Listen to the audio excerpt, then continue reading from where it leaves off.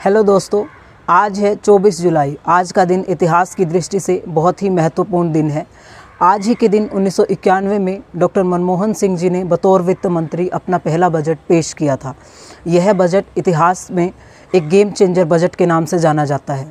वैसे तो कुछ लोग उनके ज़्यादा न बोलने के कारण उनका मजाक भी उड़ाते हैं, परंतु वे शांत स्वभाव के महापुरुष इतने ज्ञानी और विद्वान थे। इस बात का प्रमाण हमें उनके बनाए हुए उस गेम चेंजर बजट से मिलता है, जिसने न केवल देश को आर्थिक दुर्दशा से बाहर निकाला, बल्कि भारत की अर्थव्यवस्था को पूरे विश्व के सामने खोल दिया।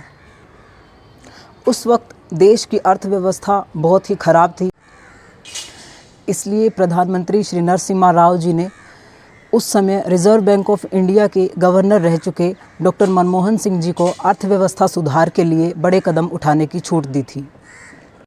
डॉक्टर साहब ने इंपोर्ट एक्सपोर्ट पॉलिसी में बदलाव कर पूरी दुनिया के लिए इकोनॉमी को खोल दिया।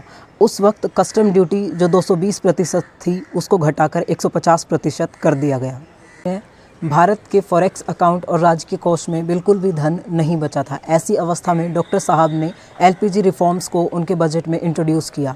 एलपीजी मतलब लिबरलाइजेशन, प्राइवेटाइजेशन एंड ग्लोबलाइजेशन, जिसकी वजह से एक्सपोर्ट इंपोर्ट भारत में बढ़ा। भारत के बने हुए उत्पादों को दूसरे देशों में एक्सपोर्ट किया जाता था, और उसी के साथ साथ जैसा कि हमने पहले भी बताया कि कस्टम ड्यूटीज़ को कम कर दिया गया था, यानी कि टैक्स कम करने की वजह से व्यापारियों ने इन्वेस्टमेंट करना स्टार्ट कर दिया था, और इस तरीके से धीरे धीरे देश की अर्थव्यवस्था में सुधार होने लगा। इस प्रकार से उनके अथक प्रयासों से देश की अर्थव्यवस्था धीरे धीरे सुधरने लगी।